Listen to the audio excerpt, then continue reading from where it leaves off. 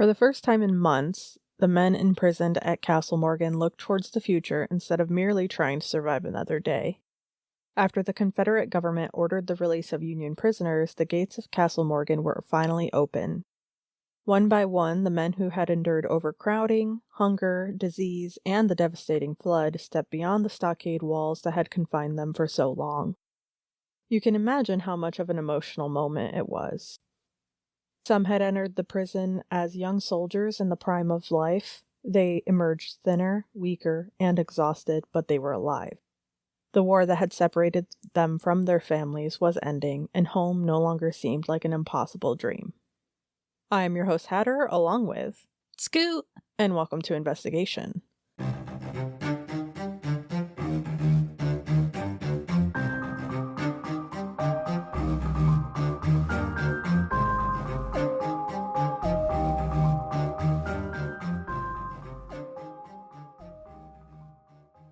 So, to recap what we talked about in part 1, we covered how the area was possibly the location of Mobila, the building of the town in its fall as the capital. We talked about how the town was built by the hands of enslaved men and women, which it still blows my mind that they made up 2/3 of the town's population during that time. That's just like an astronomical number. Yeah, it is. That's like an insane chunk of the population. They said roughly like 1,000, and if we just say 1,000 for easy math, that would be like 666 of them. Yeah. Well, 0.66666, but yeah. Then we got to the Civil War, and the town turned into Castle Morgan, a Union soldier prison. We talked about the overcrowding and disease that ran rampant and finally ended just after the flood that took over the prison. So now the war's over, the prisoners are beginning to be released, and here we are at part 2. Woo! Woohoo! So if you remember me talking about Captain Hiram Hanchett, he was the one who tried to lead the escaped attempts. Yes, and no one showed up. He was like, I need 100 men of courage, and no one came out of the warehouse. Yeah. Which is kind of, it's not funny, but it's kind of funny. It's like, that's embarrassing. But so after the escaped attempt, he was actually moved to the dungeon of the county jail. Now, after the escaped attempt, he was then moved to the dungeon of the county jail located on 1st North Street. In March, when the other Union soldiers were sent to parole camp in Vicksburg, Hanchett was detained because the post-commandant, Lieutenant Colonel Jones, the same Jones from Part 1, believed he was a spy. In April, when the Federal soldiers attacked nearby Selma, Jones fled Cahaba, and the citizens of Cahaba freed Hanchett. However, according to many sources, they do believe that the Confederate soldiers, under orders from Jones, returned to Cahaba, seized Hanchett while he was eating breakfast, took him from the town, and murdered him. Oh! Major Hanchett's body was never found, and lies today in an unmarked grave. Not long after, Jones vanished from history.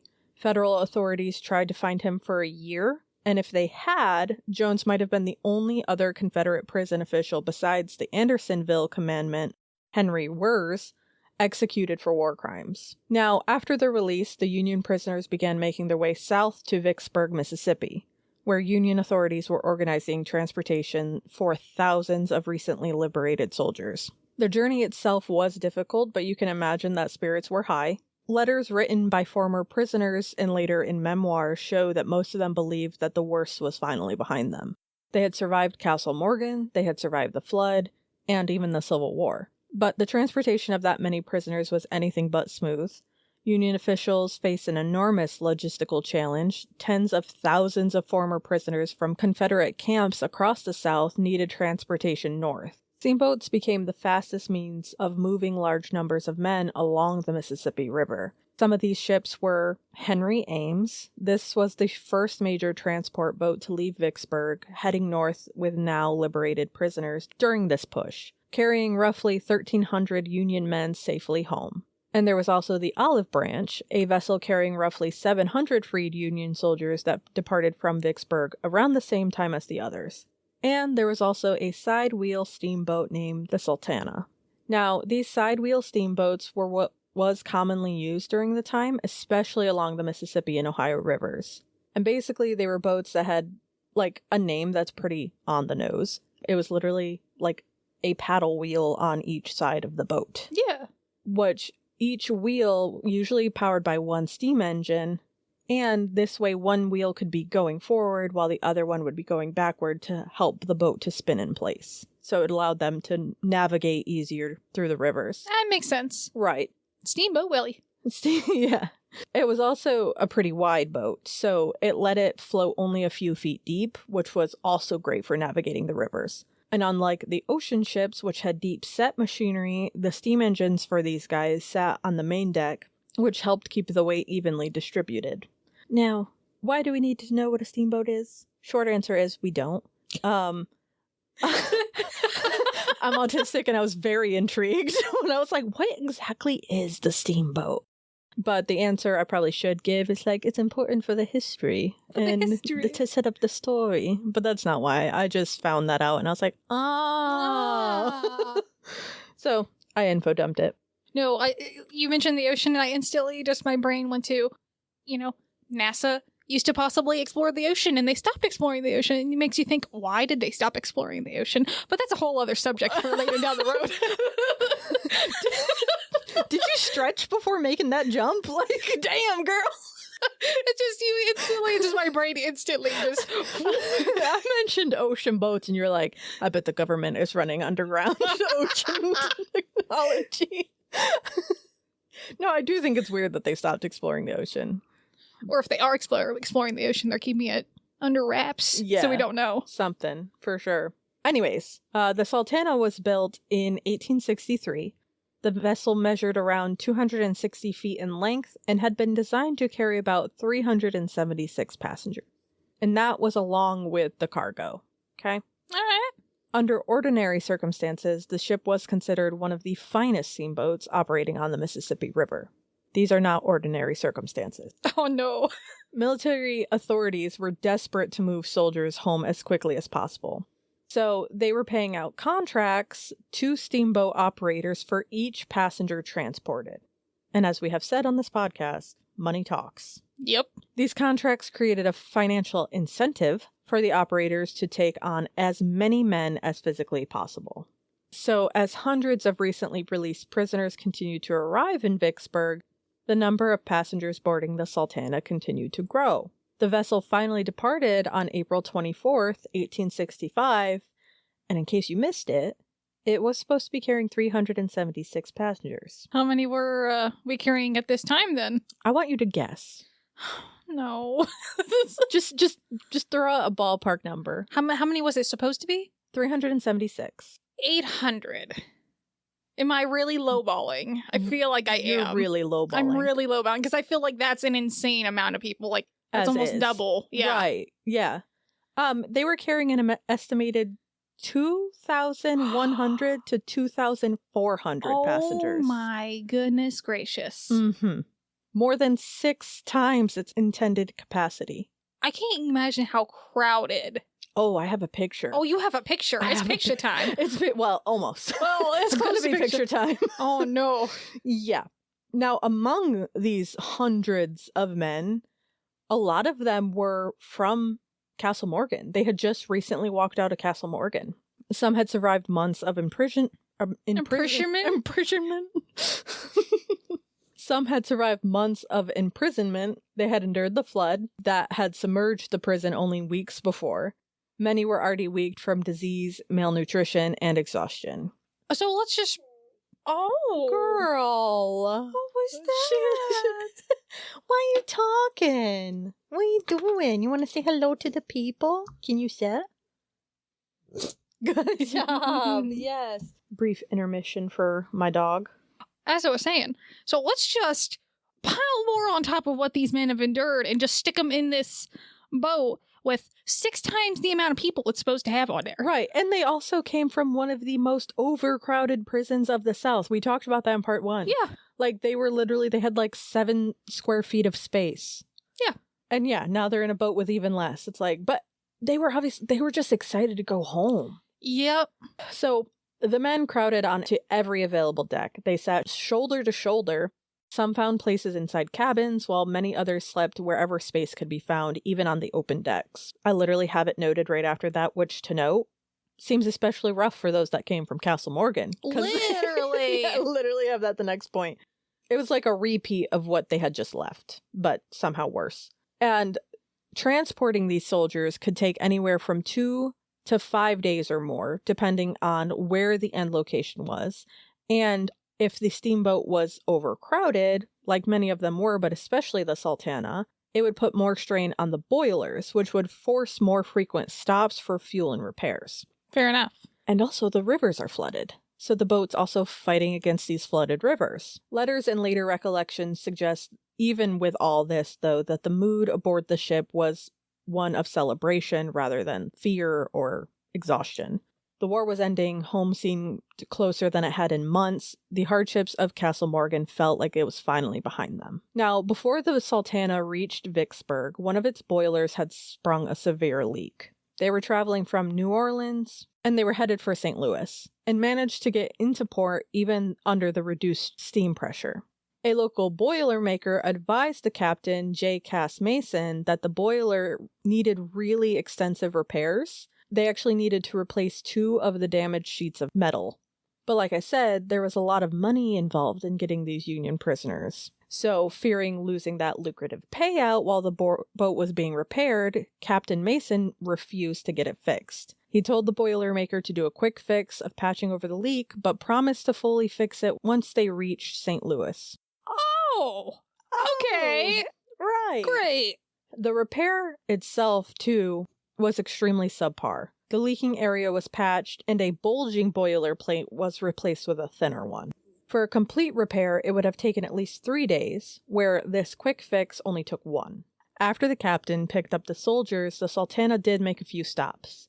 It stopped at Helena, Arkansas briefly, and this is where we get the famous image for the boat, which I will now send you. Picture time! Picture time! Oh my goodness gracious. Look at that. There's literally so many people There's on no that boat. room. There's no room to walk. I couldn't even tell that they were people when I first looked at it. It looks like you could like hardly walk on the boat. Yeah. There's so many people. Yeah, it is absolutely insane. Like, it's literally just lines of, like, black. But they're people. They're people. Yeah. I looked up that picture because I saw that that's where we got, like, Yeah. when they made that stop, they got that picture, and I was, like, staring at it, and I was like, what? And then I was, like, staring at it, and I was like, oh, those are humans. Those are people. It was an insane realization. But, like I had said, so the rivers that the Sultana were fighting against were still dealing with the spring flooding. This and the overcrowding put a lot of strain on the steamboat. So later the same day that it stopped at Helena, the vessel traveled and made a stop in Memphis, Tennessee. They unloaded some cargo of sugar and livestock, so yeah, also, not only are there like 2,400 people on this boat that's supposed to carry 376, There's also livestock. there's also cargo and actual livestock. Brilliant. Brilliant. Geniuses. Like, Jesus. But here, they once again needed to make an additional repair, some minor maintenance to the boiler. Then, just before midnight on April 26th, the Sultana crossed the river to Hopefield, Arkansas, where it loaded up on coal for fuel. Then it left port around 1 a.m. on April 27th to continue its journey. Most of the passengers were asleep at the time. After months of captivity, exhaustion, and overtaken with excitement, they had all fallen asleep. I mean, it's Fair 1 enough. o'clock in the morning. Shortly after 2 a.m., disaster struck. Without warning, one of the Sultana's boilers exploded. And a fraction of a second later, 2 more boilers erupted with tremendous force. The explosion tore upward through the center of the vessel, ripping apart the crowded decks above, destroying the pilot house, which effectively ended any control over the boat, and hurled timber, iron, and men into the darkness. Oh my goodness gracious. The towering smokestacks toppled from the force of the explosion, and not only did this demolish a large section of the ship, it also threw many of the passengers into the flooded river. Hundreds were killed instantly, many never even awakened. Others were scalded by superheated steam before they had time to understand what had happened. Sections of the upper deck collapsed into the levels below, crushing soldiers who had been sleeping only moments earlier, and the collapse also landed on the exposed furnace boxes, and this quickly caused the entire boat to be engulfed in flames. The vessel drifted helplessly downriver. Many stated that the glare from the flames was so bright it could be seen as far away as Memphis, which was 7 miles downriver. Wow. I couldn't imagine. Well, and those who survived the initial explosion now faced the impossible decision of remain aboard a burning steamboat and burn alive, Or jump in the river. or jump into the flooded Mississippi River and drown. Yeah. Otto Barden, a Union soldier who had fought in the 102nd Ohio Volunteer Infantry, stated, quote, "On the morning of April 27th, 1865, I was in the engine room of the steamer sound asleep, laying by the side of the hatch hole with 7 others of my regiment. When the explosion took place, first a terrific explosion, then hot steam, smoke, pieces of brickbats, and chunks of coal came thick and fast. I gasped for breath. Another Union soldier, Willie John Hodges, was sleeping near the boiler when the explosion shook him awake. He found himself covered in burning coals. Quickly he threw his blanket away and ran for safety, and he ended up throwing a plank into the Mississippi River and jumping in after it." Around 700 men were initially rescued by several different ships, several picked up by the southbound steamer named the Bostonia, too, that reached the wreckage around 3 a.m. Others were rescued by different vessels that traveled after the word of the tragedy had spread. And of the 700 that initially survived, 200 more would later pass from burns sustained during the incident. Of the 2,400, we'll say that was the higher estimate, that were aboard the Sultana, approximately 1,800 passenger and crew members had died. Oh my gosh. In the following months, bodies would wash up on shore downriver from where the wreckage was. Some even all the way back to Vicksburg, where they initially boarded the boat, which is an especially haunting fact to me. Like, to make this journey, to do all this, and like your body ends up back where you started. It's just, it makes me feel some sort of way. It's icky. Yeah, no, it's icky. Some of the men were never even recovered.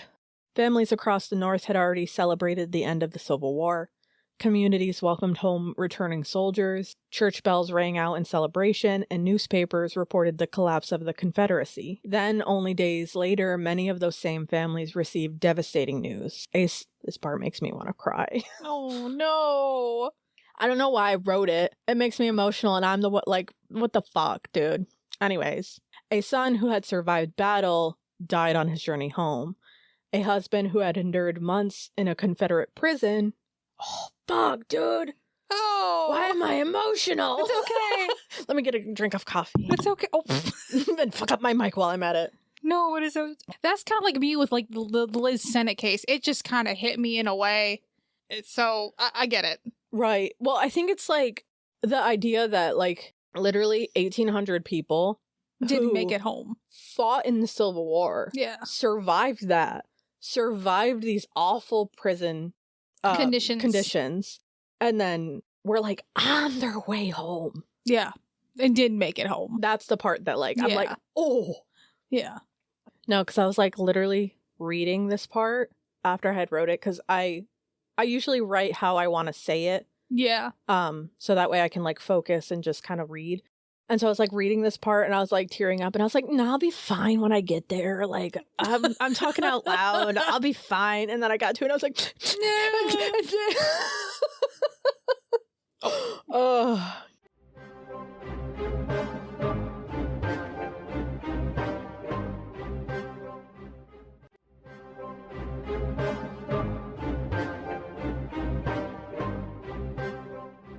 To continue, a husband who had endured months in a Confederate prison would never walk through the front door. A brother who had written hopeful letters after his release had vanished into the Mississippi River. For many families, the Sultana disaster was especially cruel because hope had already replaced the fear. Their loved ones had survived the war, and for them, they believed that the danger had already passed, and it had not. Yet despite claiming 1,800 lives, it quickly disappeared from the nation's attention. Only 12 days earlier, President Abraham Lincoln had been assassinated. The nation remained consumed by grief, political uncertainty, and the search for John Wilkes Booth. Newspapers devoted page after page to those events, leaving relatively little attention for the catastrophe on the Mississippi. Mm-hmm. Although the Sultana claimed more lives than the Titanic would nearly half a century later, it never occupied the same place in American memory. The face that she's making at me at the moment. I don't know why I'm like worked up about this one. It was almost like a stank face. Yeah, because I was like, why am I crying? I hate crying. The stank face. For the former prisoners of Castle Morgan, however, it was impossible to forget. Some, like Jacob Rush, who we talked about in part 1, did survive. So Jacob Rush was on the Sultana. Oh my gosh, and he survived. And he survived. Both the prison and the explosion. The ship explosion. Oh my gosh. And he wrote about it in his, memoir, in his letters and stuff. Oh, wow. When the last Union prisoners departed Castle Morgan in the spring of 1865, one chapter of Cahaba's story came to an end, and another was only beginning. The Civil War had transformed the former state capital into a military prison, but the conflict also accelerated the decline of the town. Businesses closed, families moved elsewhere, buildings once filled with merchants, lawyers, politicians, and wealthy cotton planters gradually fell silent. Flooding continued to plague the area. Railroads bypassed the town in favor of higher ground, shifting commerce to neighboring communities such as Selma. As residents departed, homes were abandoned, businesses closed their doors, and churches found themselves with dwindling congregations. And by 1866, the seat of Dallas County moved to Selma, taking commerce and opportunity with it. By 1870, only 431 residents remained. During this time, however, the abandoned courthouse actually became a meeting place for freedmen seeking new political power, and Cahaba briefly became nicknamed by neighboring towns as, quote, Mecca of the Radical Republican Party, end quote. It was a rural community of 70 formerly enslaved families that replaced the old urban center. These families turned the vacant town blocks into 2-acre fields, built their own churches and schools, registered to vote, and even held political rallies in the old abandoned courthouse. One of their leaders was named Jeremiah Harrelson. He was born into slavery, but would go on to become the only African American in Alabama's history to serve in the State House, the State Senate, and the U.S. Congress. Huh? So, U.S. what? The U.S. Congress. Okay, that's not what I heard the first time. I'm like, huh? Is not. I'll hear it when I listen back, but I'm pretty sure I said Congress. It didn't sound like it to me. What do you think I said? It sounded like your attempt of saying Congress, but it just didn't come out quite right. So it just sounded weird to me. Not gonna lie. I thought you were saying, huh? Like, oh my God. And I was like, oh no. Well, no, I was getting there, but then you said Congress weird to me, or at least that's how I heard it. And it was like, she's making fun of me. Oh, but no, that is actually incredible. Right. For a short time, because this community also eventually left Cahaba. Yeah.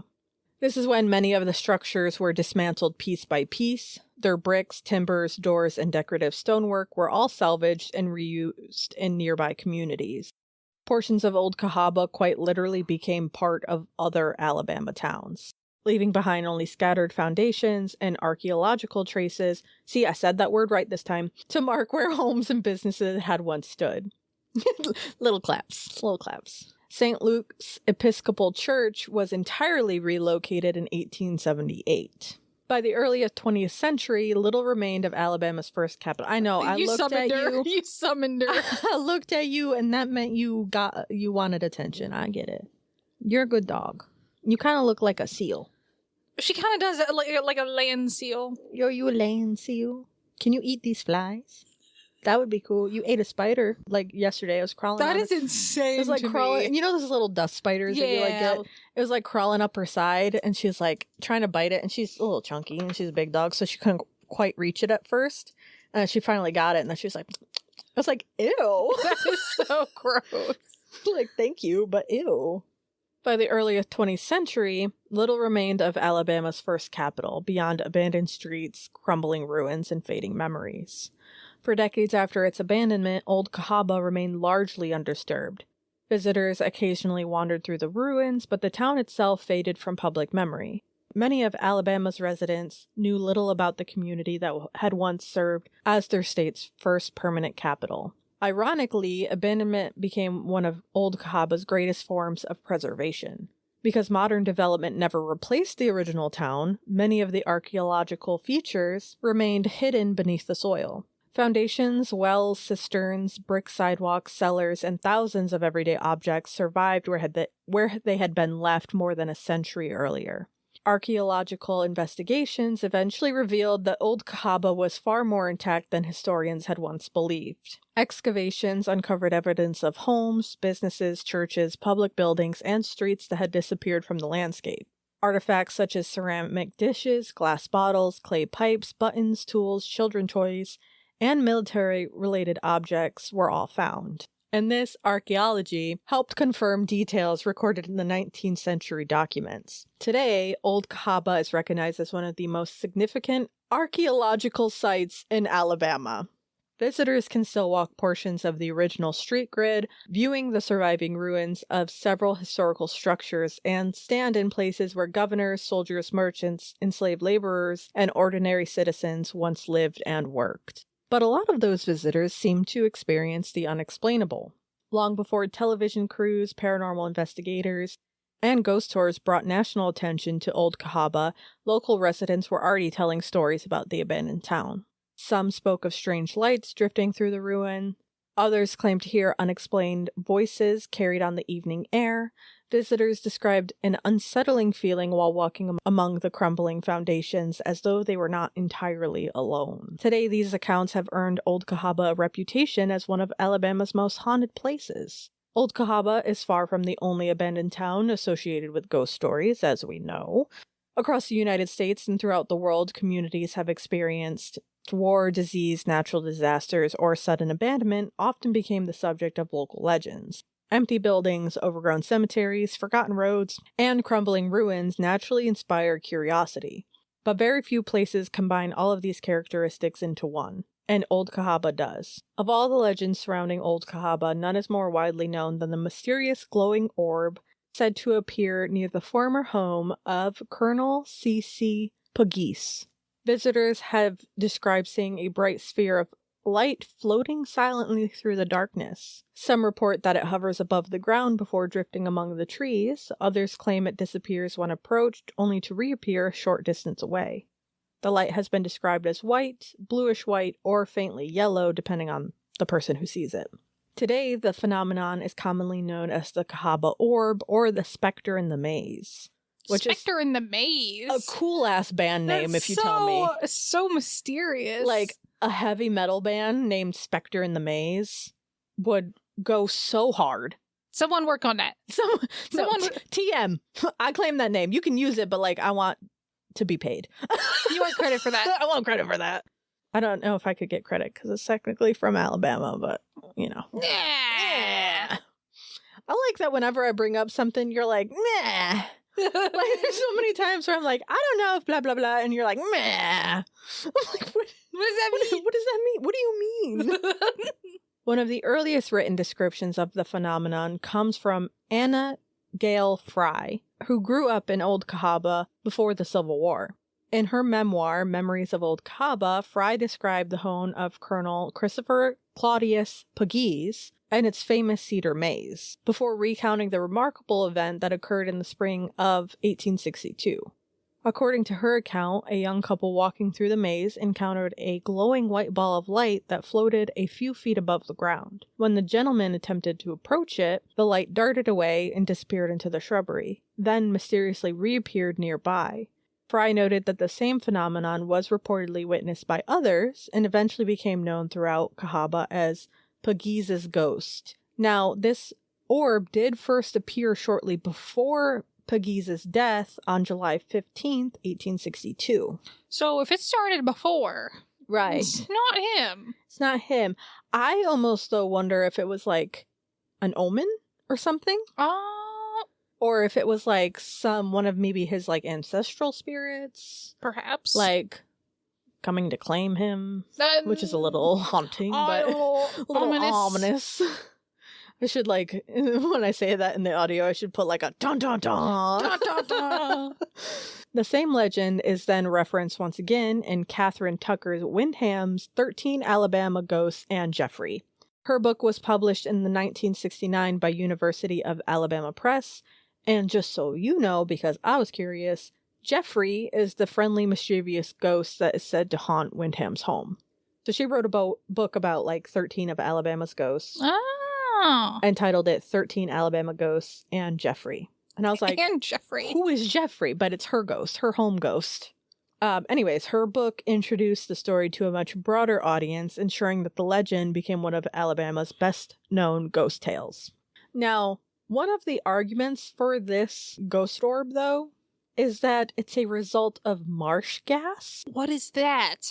So, gases released by decaying vegetation in wetlands may occasionally ignite or produce a faint glowing effect under certain atmospheric conditions. And because Old Cahawba sits near the meeting of two rivers and contains low-lying wetlands... Whoa. I said that so weird I didn't even catch myself stutter on that one. And contains low-lying wetlands, the theory is frequently mentioned whenever the Cahaba orb is. So basically they're like, it's the wetlands decaying that produces a white glowing sphere in the middle of the maze. Bullshit? Is that the word you're looking for? Yes, but I was going to explain, what would be the chances that that's what that is every single time? I get maybe here and there, but every single time. Also, it's not going to, put, a perfectly... I get if there was, a faint glow on some stuff. Yes. Like having, a light on in a house and how it, glows on the bushes out front type of vibe. But, a perfect orb? Yeah. A perfectly circular most scientists are bullshit, because they remain skeptical that naturally occurring marsh gases consistently produce bright, freely moving spheres of light, such as those described in these accounts, which is basically what we just said. Yeah. But it's kind of backed up by science, them being bullshit. Yeah. Yeah. Some more of the legends surrounding Old Cahawba, though, a lot of them come from the site of Castle Morgan itself. Visitors have reported hearing unexplained footsteps where no one was present. Others describe distant voices, the sound of men calling to one another, the faint rhythm of marching boots, and some have even claimed to hear splashing water near the location of the former prison, which is very interesting to me. Splish, splash. Yeah, splish, splash, taking a bath. Sorry, it's not time for jokes. What am I doing? Yeah. It's the paranormal part. We can joke. But because there's no river or anything, obviously, that flows through the old prison site the same way it did. Yeah. But a lot of visitors have claimed to hear the splashing of water, which is freakier to me because of the flood. Yeah, because the flood happened. Yeah. Then it's ooh, what ghosties are just stuck in 6 feet of water for the rest of their eternity? That would suck. Yeah. And others that would suck. And then I'm like, and others report, I'm just moving on. Others report an overwhelming feeling of sadness or unease when standing within the prison grounds. Well, right, which I kind of feel like some of that is attributed just to the energy of the tragedy. But I say that's more of a residual. Yeah, less of apparition, actual spirits. In a nearby cemetery called New Cemetery, which was built in the 1850s, there are stories of the groundskeepers often hearing voices talking to them while they work. School groups that have gone in to study the grave markers have recorded unusual sounds. And even photographers and videographers who have filmed the cemetery have reported unexplained lights or shadows in their images. Investigators using EVP here frequently capture disjointed or frantic whispers. I would love to use EVP. I'm so excited to get one. We need to get one. We so need to get one. If we just get a cheap one. We just need it. We just need to get one. For sure. After catching the me. Oh, that was so freaky. In our Doss House episode, which you guys should go check out. Right, if you haven't already. Now, in the remains of the historic African-American church that was built after the Civil War, only a few broken concrete brick walls and partial pedestals are left. There have been reports by visitors of faint rhythmic tolling of a church bell can be heard throughout the area. Oh, that's eerie. Despite the actual bell being gone for over a century. There's also a phantom steamboat that can be seen on the rivers. Locals often report seeing the glowing image of a grand steamboat churning down the river through thick fog at night, only to vanish when approached. Which is somehow the creepiest one to me. I was getting ready to say, Steamboat Willie's haunting the river of Mississippi. Well, it's the Alabama river. Yeah, there's the Cahaba and Alabama rivers that Oh, meet in yeah. town. But yeah, like the idea of like, I don't know, that is like one of the paranormal things that freak me out, I think, the most is when they're like, oh yeah, and sometimes you'll see a white brick mansion up on the hill only to find that it's not there. And I'm like, how does a house disappear? How does a boat disappear? That's so freaky to me. Yeah. And there are even reports of a wandering lady apparition, a shadowy female figure in an antique dress moving silently through the trees. And of course, the rumors that she's looking for her lost love. Of course. Which, like... stereotypical. Right. Can a girl just, like, wear a flowy dress and walk through the woods and not be for, like, love and the lost love? Like, can't she just vibe? Can't she just exist? Right. Damn. But that is all I have for you for Old Cahawba. I loved it. Yeah. That was so good. Like I said, the first part was a little rougher. Also, if I could have fucking talked, I feel like it would have been a lot better.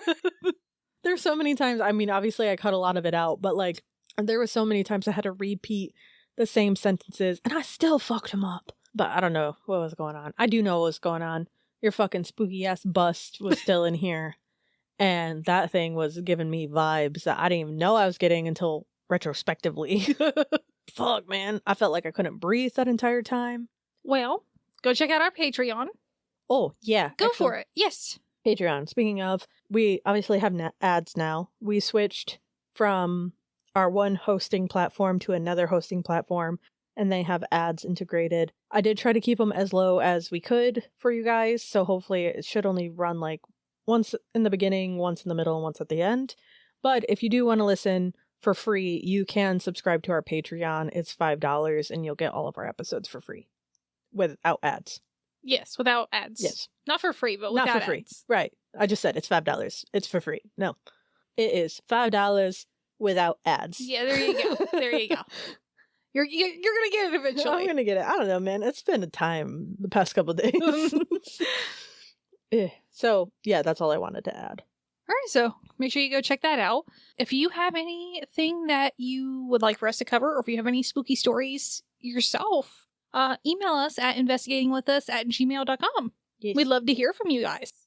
But yes, you're going to add something. Yeah, I did have one more thing. Yes, actually. go for it. I saw a TikTok, and TikTok account is Chef Joey Charney, Charney. And he is a 17-year-old boy who started videoing himself cooking his dinners because his mom was no longer able to. I saw a video about Yes, that. And then the one that just went viral that I found him was the one him saying, like, because my mom is no longer with us. Here. Yeah. Right, which made me incredibly sad. But if you don't follow him already, you should go follow him and like his videos, because help a family out, you know what I mean? And it like broke my heart a little bit, and I was like, oh my god. And his food looks really good, and he kind of shows you the recipes as he does it, so it's like recipe ideas and help a family out. So yeah, so that's all I wanted to add real quick. I'm sometimes trying to follow up some of these darker episodes or like sadder episodes. This one is also following it up with a sad tale, but for like good causes, you know? Yeah. Like, we need more good in the world, so. Yes. So go check that out. And don't go too far, because we'll get you in the next investigation. Bye. Bye.